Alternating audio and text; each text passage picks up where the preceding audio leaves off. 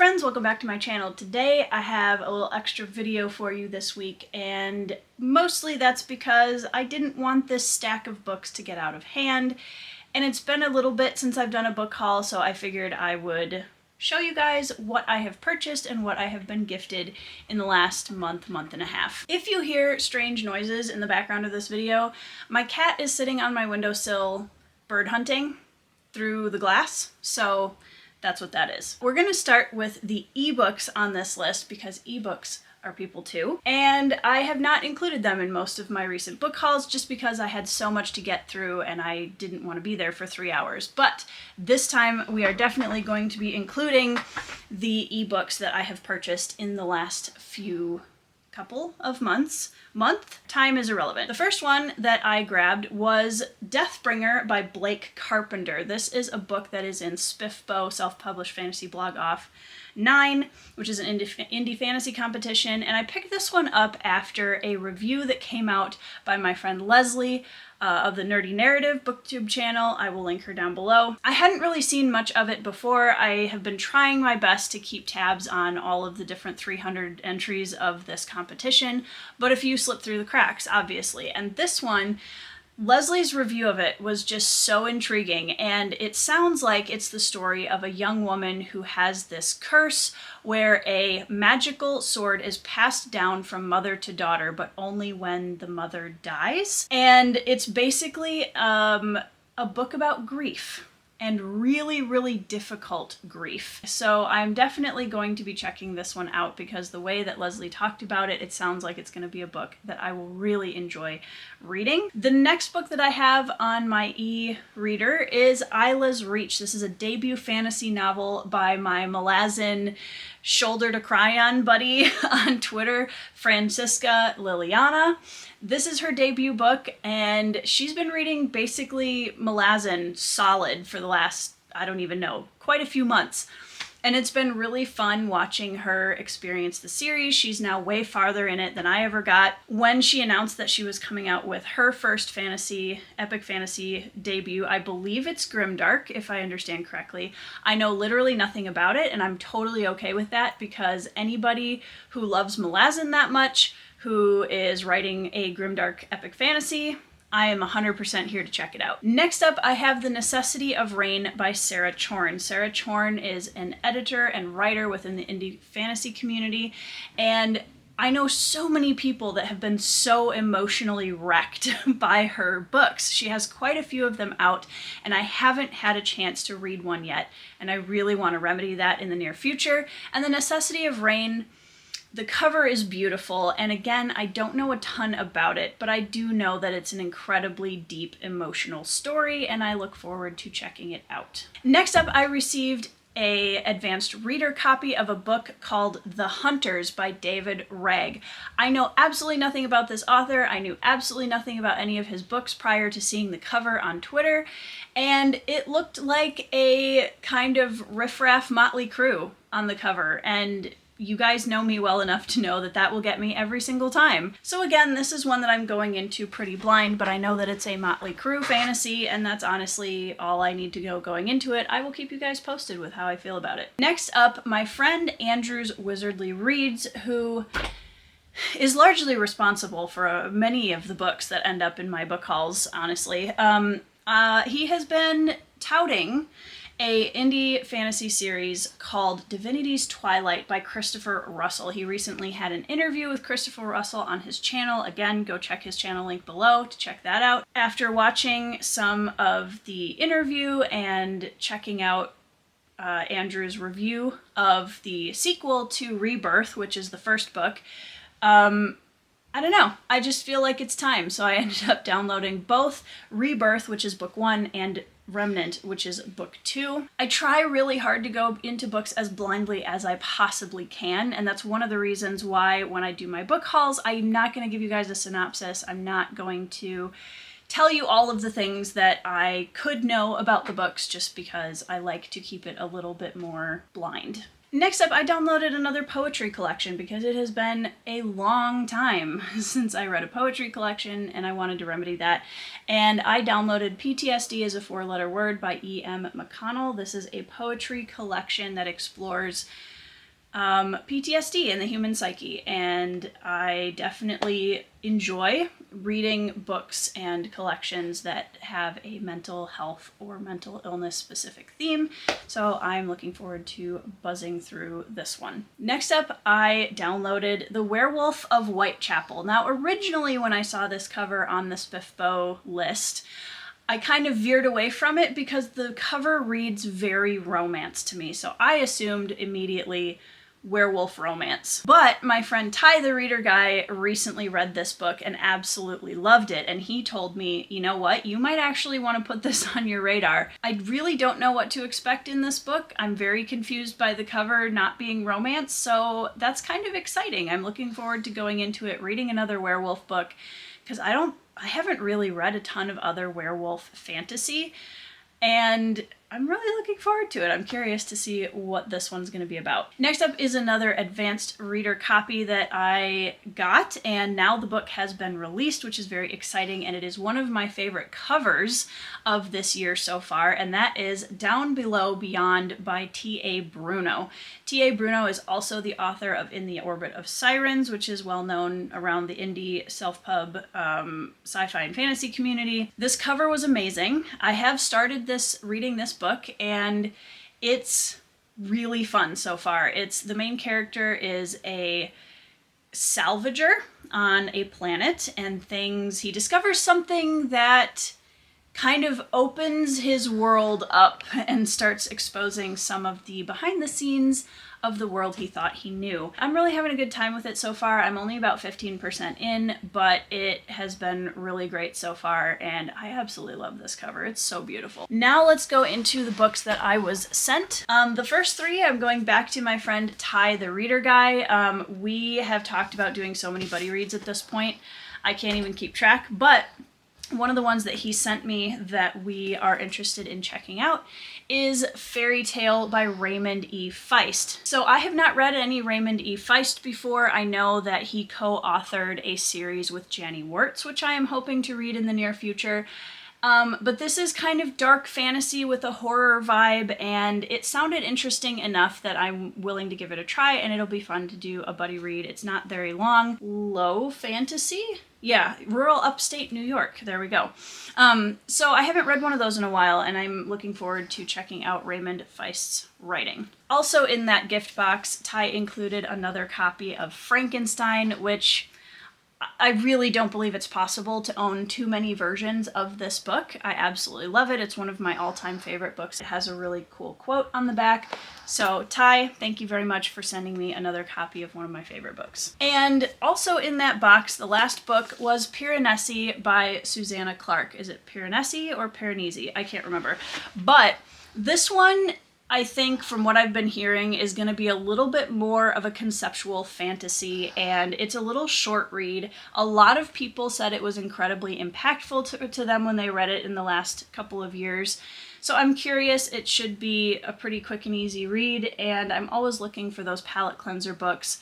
I've heard that the prose is very flowery, and that sometimes works for me and sometimes doesn't, so we will just see whether or not this is a winner for me. But if it's not a good fit for me, I think that it is a book that my husband Ben will really enjoy reading because he enjoys more of that genre typically than I do. Okay, the next book was a gift from my friend T over on the channel An Erudite Adventure. Again, I will link that down below in the description box so you can go check out he and his sister's channel. They do some great content, reviews, wrap-ups, etc. And T was kind enough to send me a copy of one of his favorite books that he's read in the last few years, and that is Dawn of Wonder by, I'm trying to make sure there's no glare, Jonathan Renshaw.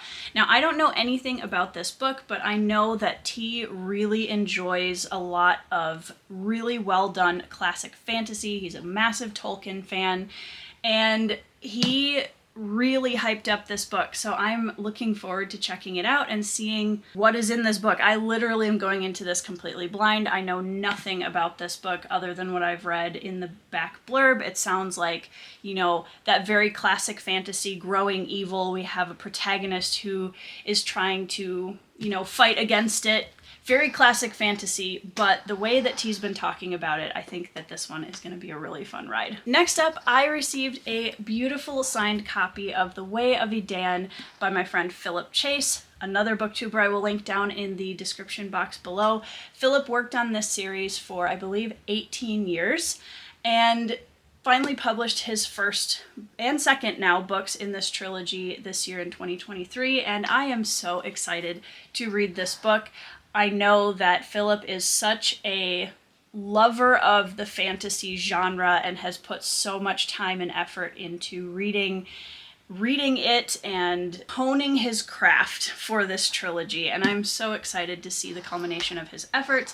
His channel is amazing, definitely check it out as well. And this is another one where I have tried as much as possible to stay away from a lot of the spoilery talk about this book, so I don't know that much about it, again, other than that it is rooted in classic fantasy, but definitely pulled forward into the modern era. I'm expecting some really deep themes, some good characters, and it's gonna be a super fun book to read. Next up was a gift from my hubby, actually. He ordered a book off of my wish list on Amazon, and that is The Girl Who Fell Beneath the Sea by Axio. So this book is based on a Korean...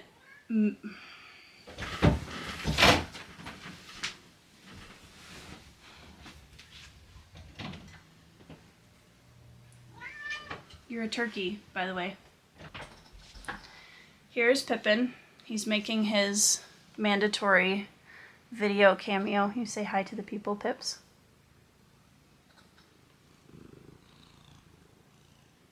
What do you think? Are you done being a nuisance? Never.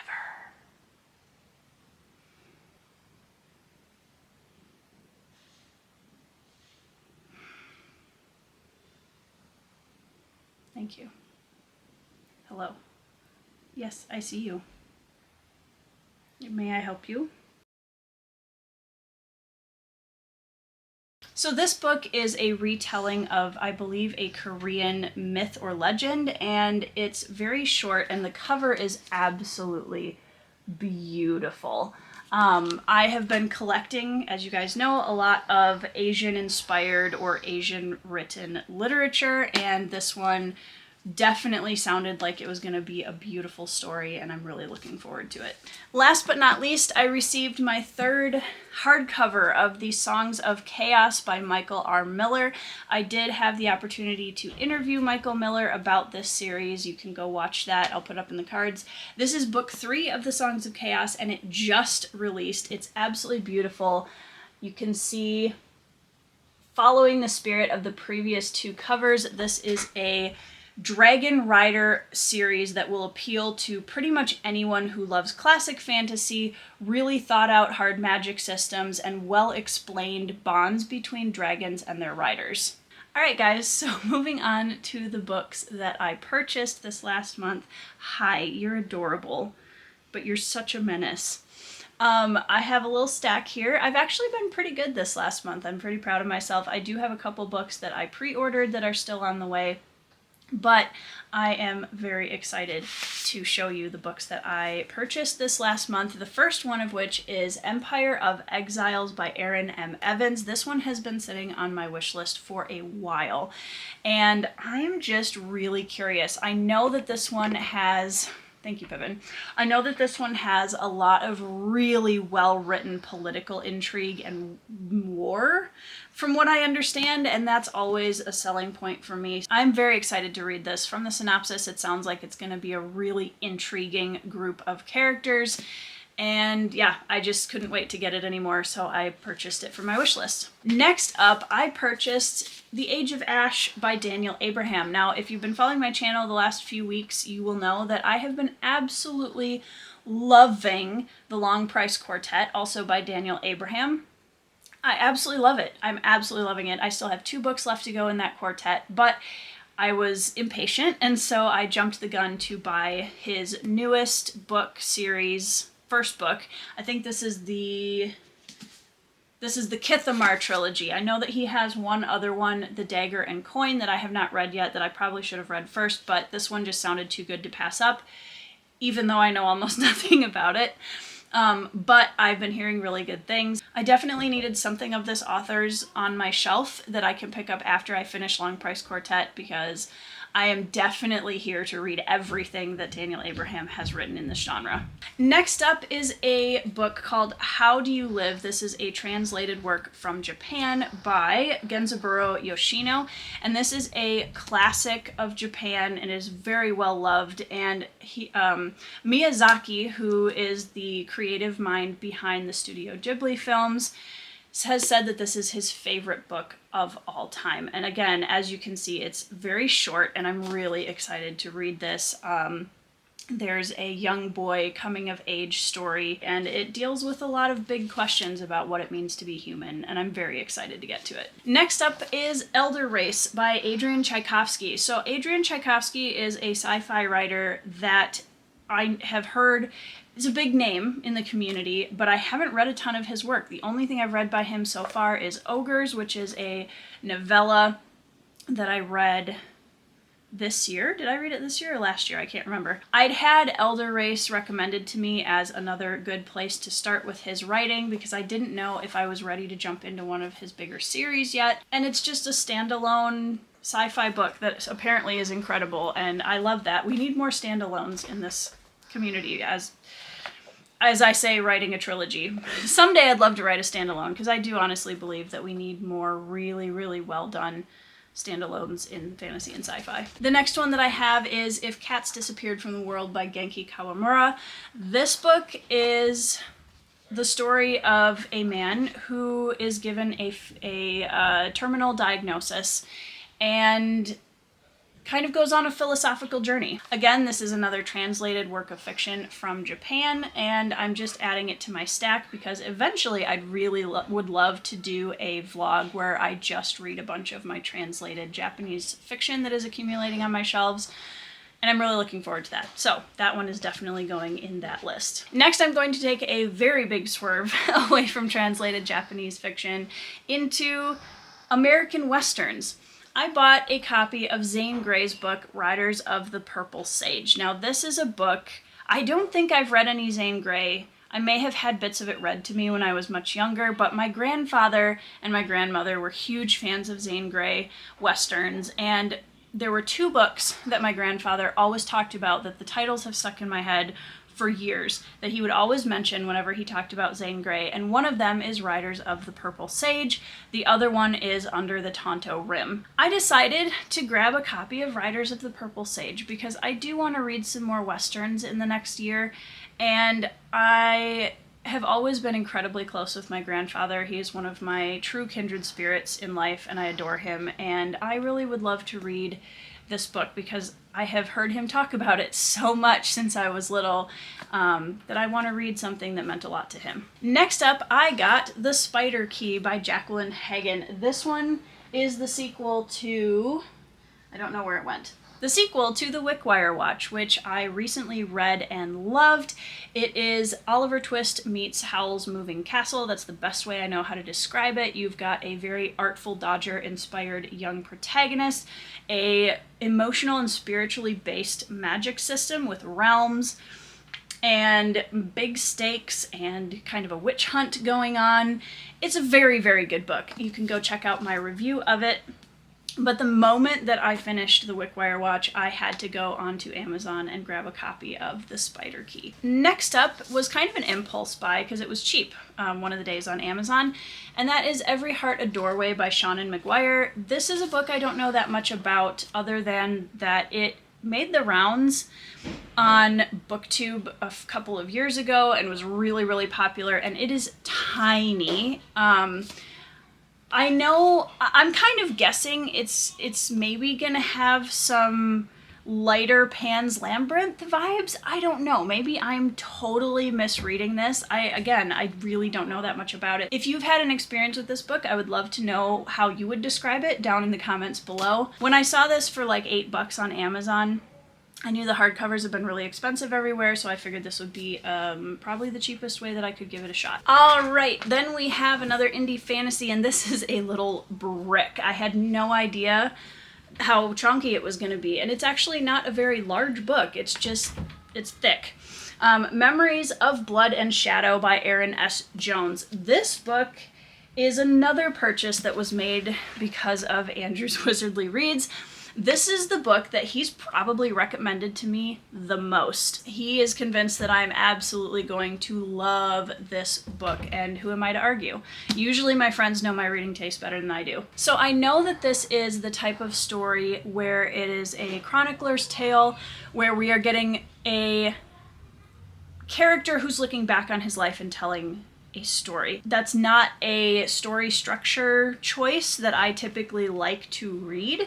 That being said, I trust Andrew's judgment, and he is so convinced that I'm gonna love this book that I have been really excited to give it a try. It looks like it's gonna be very much up my alley in terms of content and story and character-driven wonderfulness. So I will keep you guys posted on that. All right, next up, and the final book on this list, and if you've seen my YouTube short, you've already seen this, but when the special edition of this came out at Barnes & Noble, I managed to resist. And then they did it in black. So this book is a classic in the SFF community.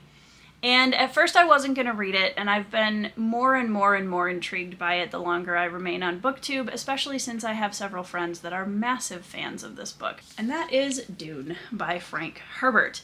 Look at this version.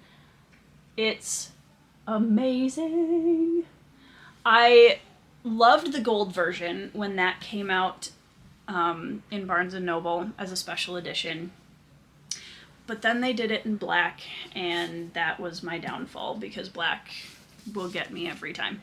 So, it's beautiful. I'm really excited to read this book. I actually have not seen the film yet, because I wanted to read the book first. And I did watch a little clip where Hans Zimmer, the composer of the film's music, talks about creating new instruments and sounds with the artists and musicians that he worked with for the soundtrack. And that by itself makes me want to read the book. It was so cool to listen to him talk about it, and I've been a huge fan of his soundtracks for a really long time. Gladiator is one of my favorite soundtracks of all time, my favorite films of all time. Any book that inspires that level of artistic creativity and depth and passion is gonna rekindle my interest in reading it, for sure. So, I'm looking forward to reading this. I do also have a mass market paperback, so we will see how it goes reading the hardcover, but I may switch over to that if it proves to be a little bit too frustrating to, I don't know. We'll find out. I'm usually not a hardcover reader, but this one I could not say no to. So that is my book haul for the month of July. I hope you guys are having 5-star reads. I hope that you are having a great week, and I will see you in the next video.